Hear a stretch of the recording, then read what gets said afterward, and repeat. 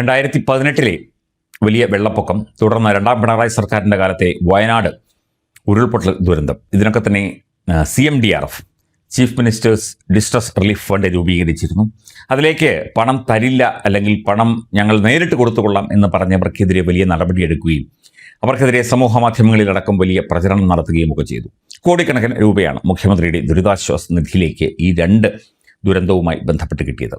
ഇപ്പോൾ പുറത്തുവരുന്ന report, comptroller and auditor general report പ്രകാരം കോടികൾ ഈ CMDRFിൽ നിന്ന് വകമാറ്റി എന്നുള്ളതാണ്. അതായത് അർഹിക്കുന്നവർക്ക്, കിട്ടേണ്ടവർക്ക് ഈ മുഖ്യമന്ത്രിയുടെ ദുരിതാശ്വാസ നിധി പിണറായി വിജയൻ മുഖ്യമന്ത്രിയായപ്പോൾ കിട്ടിയിട്ടില്ല, അതൊക്കെ തന്നെ വകമാറ്റി ചെലവഴിച്ചു എന്നാണ് റിപ്പോർട്ടുകൾ വ്യക്തമാക്കുന്നത്.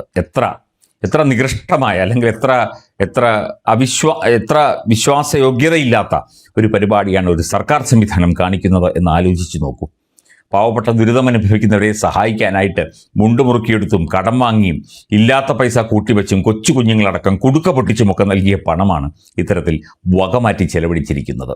ഇതിന് പഴയ മുഖ്യമന്ത്രി അല്ലെങ്കിൽ ഇപ്പോഴത്തെ പ്രതിപക്ഷ നേതാവ് പിണറായി വിജയന് എന്തെങ്കിലും ഉത്തരമുണ്ടോ എന്തോ, അല്ലെങ്കിൽ ആരെങ്കിലും എഴുതി കൊടുക്കുമായിരിക്കും ഉത്തരം. പഴയ പോലെ എഴുതി കൊടുക്കുന്നവർ സർക്കാർ സംവിധാനങ്ങളിൽ പ്രവർത്തിക്കുന്നവരല്ലാത്തതുകൊണ്ട് ഇനിയിപ്പോൾ കമ്മികൾ AKG സെൻറ്ററിൽ നിന്നായിരിക്കും ക്യാപ്സൂളുകൾ എഴുതി കൊടുക്കുന്നത്.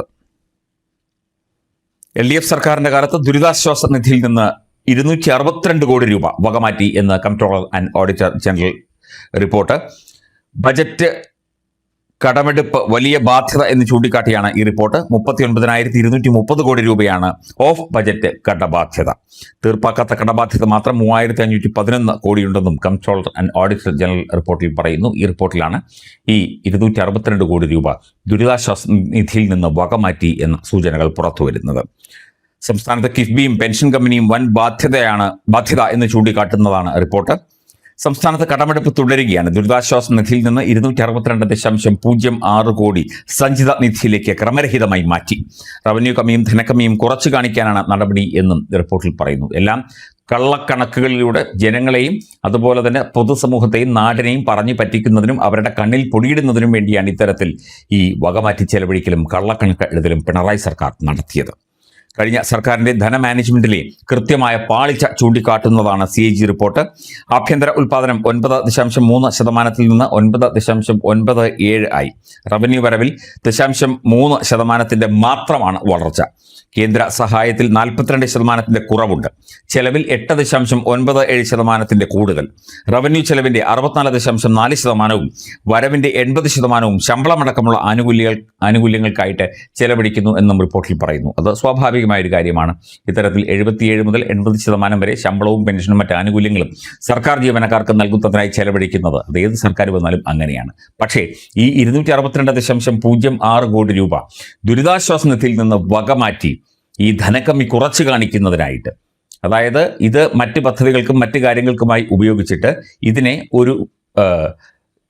ഒരു ഐസൊലേറ്റഡ് ഫണ്ടാക്കി മാറ്റി. കാരണം ഈ ദുരിതാശ്വാസ നിധിയിൽ നിന്ന് വരുന്ന, അല്ലെങ്കിൽ നിധിയിലേക്ക് വരുന്ന പണം അത് പല കാര്യങ്ങളിൽ, ടാക്സ് ആയാലും ശരി, മറ്റ് കണക്കുകൾക്കായാലും ശരി, അതിനൊന്നും വിധേയമല്ല. കാരണം അതൊരു ദുരിതാശ്വാസമായിട്ട് ബന്ധപ്പെട്ടാണ്, ഒരു ചാരിറ്റി അല്ലെങ്കിൽ ഒരു ജനങ്ങളെ സഹായിക്കുന്നതിനുള്ള ഫണ്ടും കാര്യങ്ങളുമാണ്. അത് കണക്കിൽ വരുന്നുണ്ടെങ്കിലും അത് വേറെ കണക്കാണ്.